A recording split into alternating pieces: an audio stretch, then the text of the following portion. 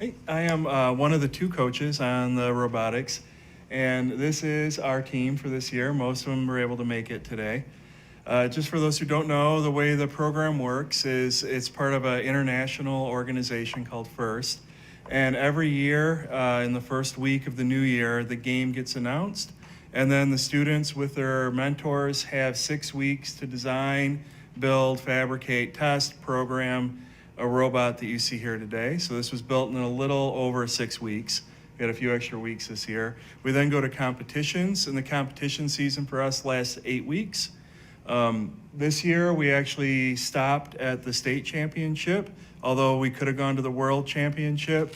But with everything going on in the world, there just wasn't time to plan a last-minute trip to Texas. So we did very well. We won one of our 2 events, and we got eliminated in the semifinals at the state championship. So quite well for the team, best we've ever seeded at states. And with that, I'd like to turn it over to Ava and Alex, our 2 team leaders. And they're going to tell you a little more about not just the team, but what we do outside of building a robot.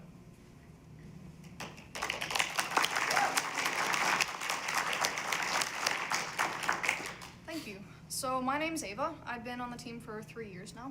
And I'm Alex. I'm a senior on the team, 4 years. And we are some of the oldest members currently on Team 1188. We have a lot of underclassmen right now, and so the prospects for the team are looking amazing in the future years to come, especially since this year was our best seeded event. I am very confident in the future of our team. Yeah.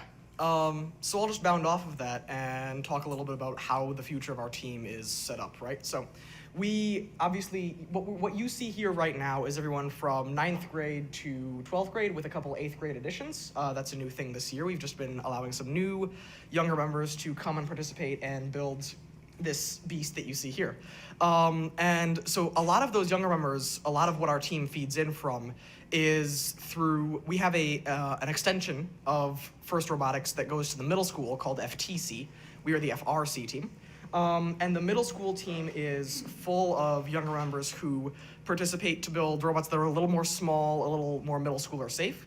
But they still compete in the same style as we do. They compete with different games, albeit, but just as much challenge, just as much engineering work, and a lot of those kids end up loving it and come into the FRC, which is what we do, and you know, that's what I did. I joined the FTC team in the 6th grade off of an email that my mother got and found for me that I am ever thankful for, because that was one of the best decisions I've made.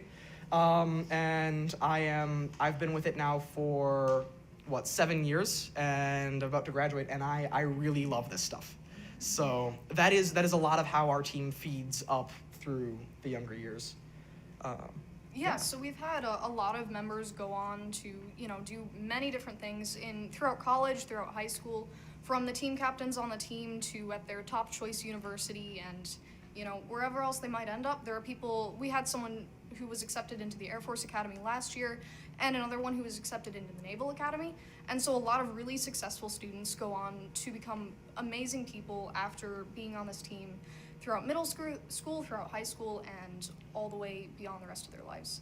And this middle school team is a great way to funnel kids in, to gauge their interest, to start them out with something a little bit more middle school friendly, like he said, and to funnel it into something even bigger, where we have a whole group of people who work together to build a robot over the course of months and then compete at state level championships with people from all over the country.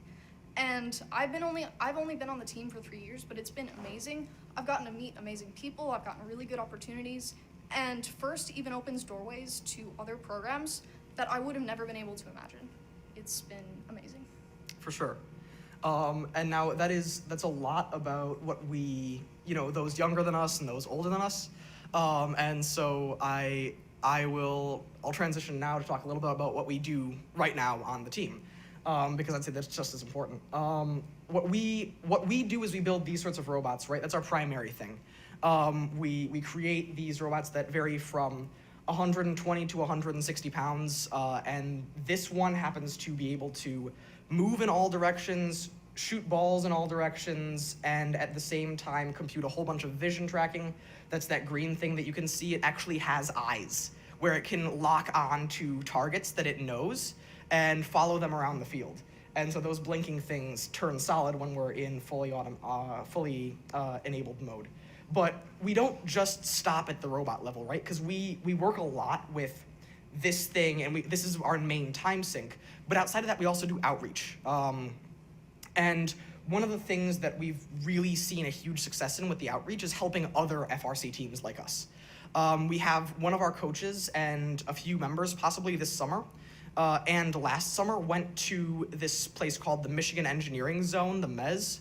It's a really big thing sponsored by the University of Michigan. It's a whole system so that teams with lower funding in and around Detroit can come and they can be guaranteed that they will have a desk to work at, some basic tools to use, and a place where they can build these robots. And those teams at the MEZ, like we work directly with them. And some of them, we saw one of them at state level championships with us, which was just an amazing thing to see, you know, this team that we kind of worked directly hand in hand with and made sure that they were, you know, fully suited to build this robot. They actually made it just as far as we did. And that was just an amazing thing to see.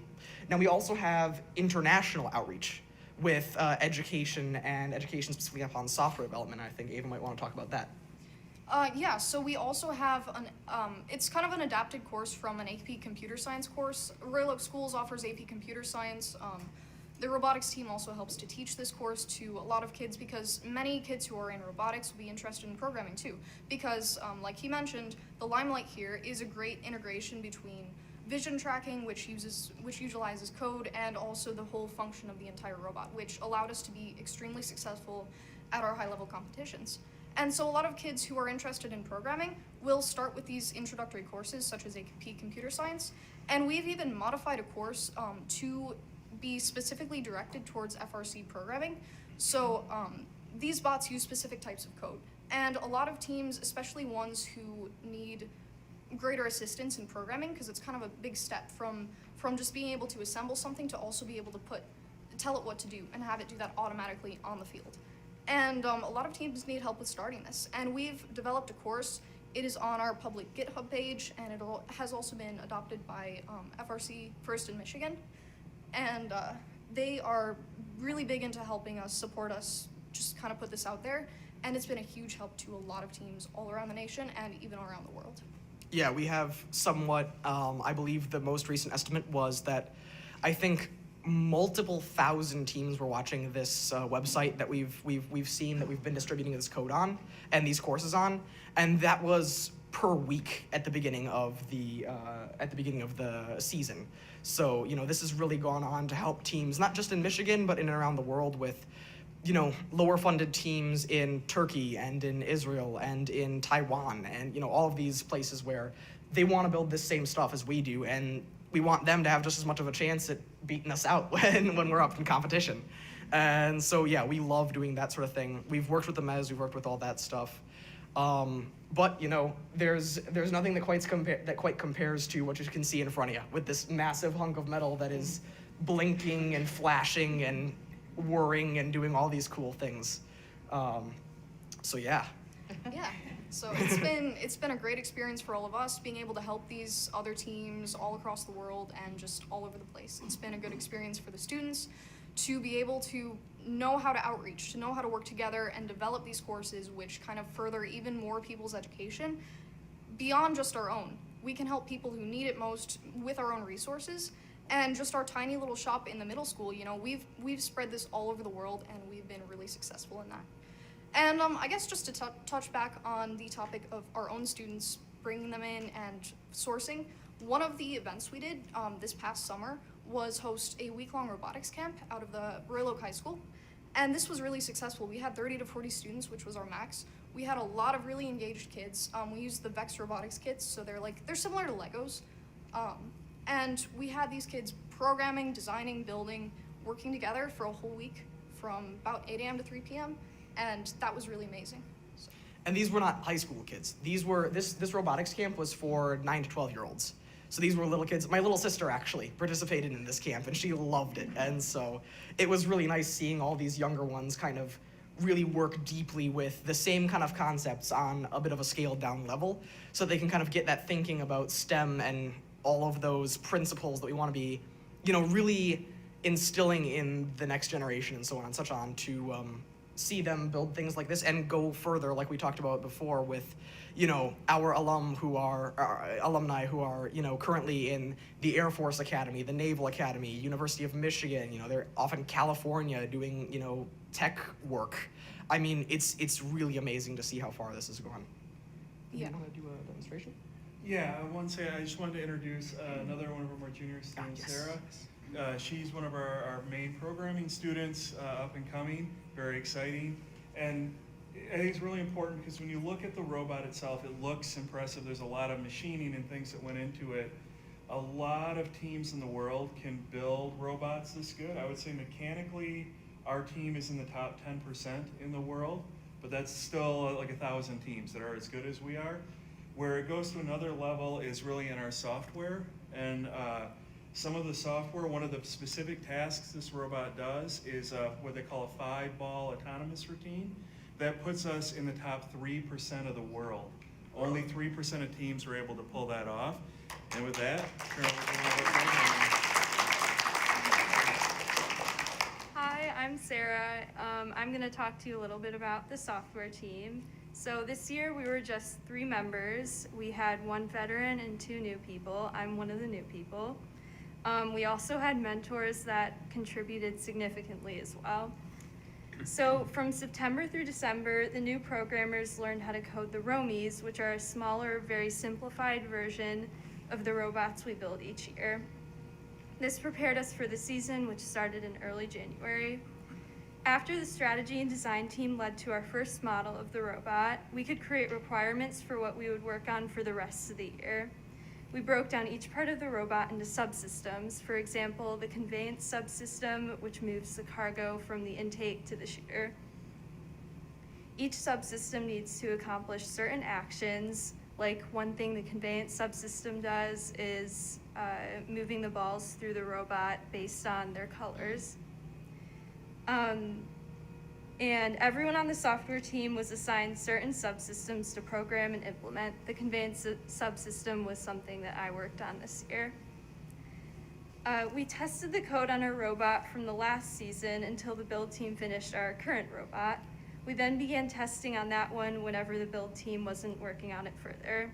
This worked fairly well, especially since we met on different days of the week for the most part, software on Tuesday, Wednesday, and Friday, and build team on Thursday and Friday. The software team met from 6 to 9 each meeting. Since the season is now over, we're using the time to explore further projects and refine existing ones. This allows us to complete things that were not in the scope of what we could do given the short amount of time during the actual season. And since this year, like I said earlier, we have a very small software team, we hope to expand this part of the team to even more new members. Thank you.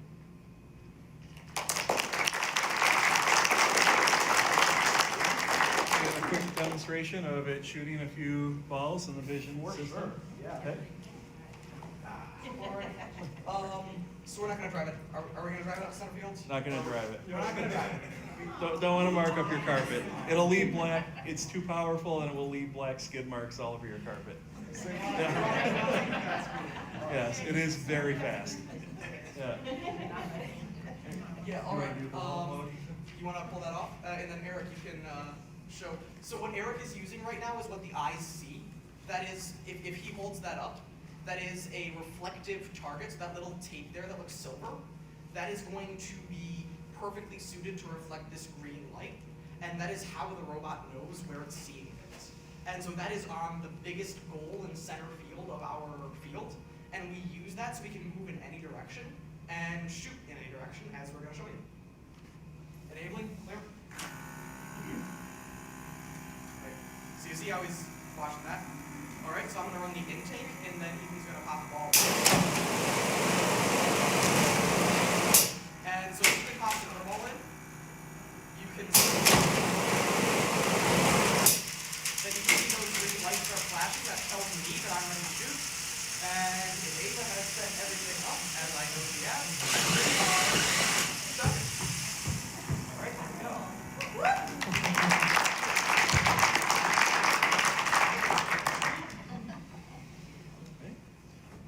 Well, I think that is it for us. I appreciate you making the time for us and getting to know the team a little bit. With that, we will say goodbye for Well, the evening. can we ask a couple questions? Of course you can. So, Yeah. yeah, I just don't wanna thank hold you your for being meeting here. up. Yeah, I just wanted to mention that I'm hearing a lot of time commitment is involved. Can you tell us a little bit about that?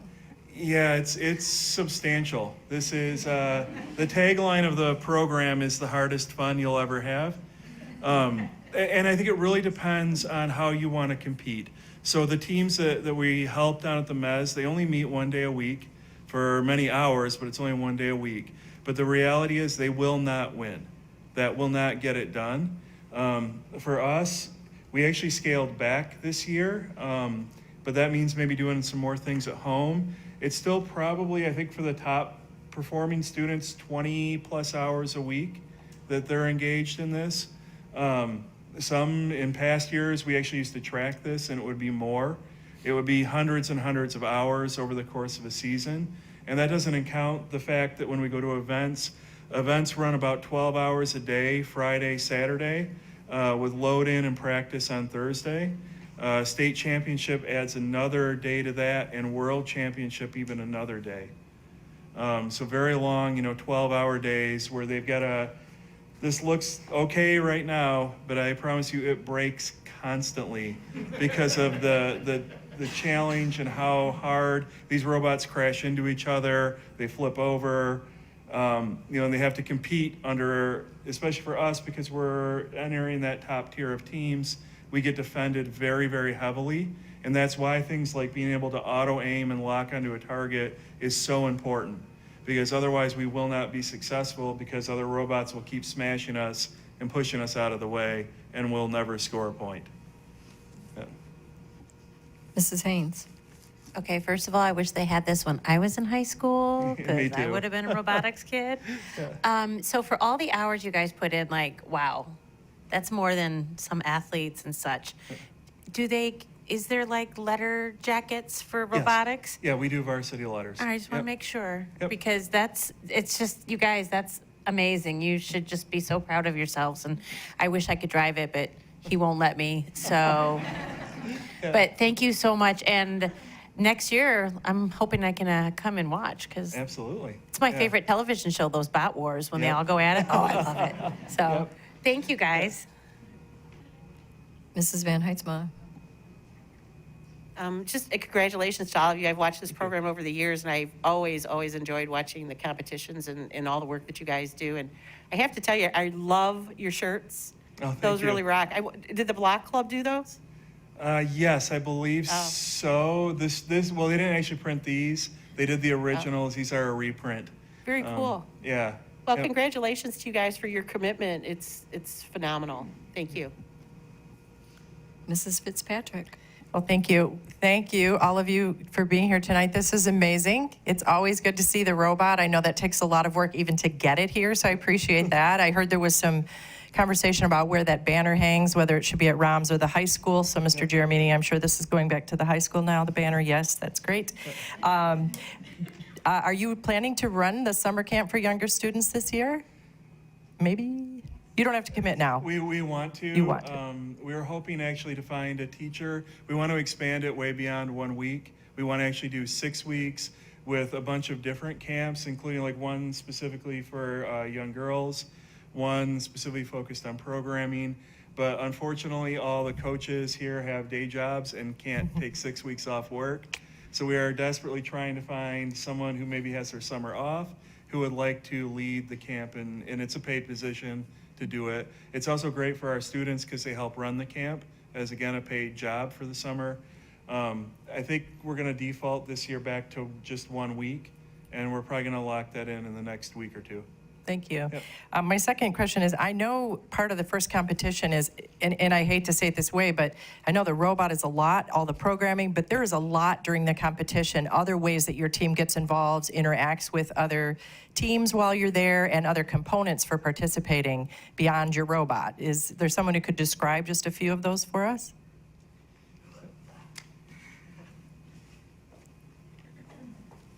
Yeah, I think we can both talk a bit about that. We are the drive team. I'm the operator, as you saw up there. He's the driver. He's on the sticks. I'm on the controls. and we both kind of work together to help the robot function on the field. But that's definitely not the only part of these events, because working with other people is a huge aspect of FIRST. It is super important to be able to communicate and to be able to work with people. Every game starts with strategizing. There are 3 teams per alliance, and then 2 alliances against each other usually. So you'll strategize with your team of 3 to make sure everyone's on the same page so that we can have the best kind of strategy possible to optimize our chances of winning. And that communication is super important, and there are even more aspects beyond that. You want to talk a little about that? For sure. We also happen to have a very well integrated web app, which allows us to gather data about other teams. This is used to collect statistics during an event, and we have loads of everyone who you see here has at some point used that web app, collected data about a team, and all of that data filters down into a single sheet that we use every single time we're going out on the field. And as Ava talked about, when we're kind of working with these other teams that are going to be on our alliance, and we say, hey, you know, we're playing with you next match, what do you think you want to do? All of that data goes into that, saying, hey, the people we're playing against, we saw that they have this type of auto, so it may be better if we run ours this way. Or we think this team that we're playing at is extremely proficient, and so it may be more advantageous if you guys just defend them. And so that sort of strategy gets really, really nitty-gritty by the time we're into finals. This beautiful banner you see here was one this year, as you can see, it was one of our Lakeview event. And one of the things, the 3 teams that we had there, one of them was doing a whole bunch of data analysis, we were as well.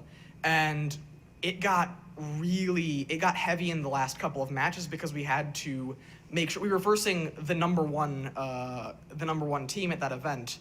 And that kind of really made that we had to use all of that data and all of that knowledge. And even when, you know, I'm sitting there with the little controller, I'm running around trying to get the best view that I can, and she's doing the same thing, trying to give me call-outs. But those call-outs aren't just in between us, they're between the teams as well. So we are, you know, on the field, it's a lot like a more athletic sport, I would say, because you're on the field, you might be behind glass, but if somebody says defend, like, that's a call-out, initiate a new strategy, continue iterating on that. And that sort of really dynamic interpersonal work is what gets all of these really amazing things. So, I would just like to add too, real quick. At each competition, there's an award to recognize a mentor and an award to recognize a student. Ava was nominated and was a finalist at States for that student award as a top student. And back here, Mr. Ketchpool was nominated and a finalist for what they call the Woody Flowers Award for a mentor that has contributed way above and beyond to the team. And that award is actually written and submitted by the students on behalf of the mentor.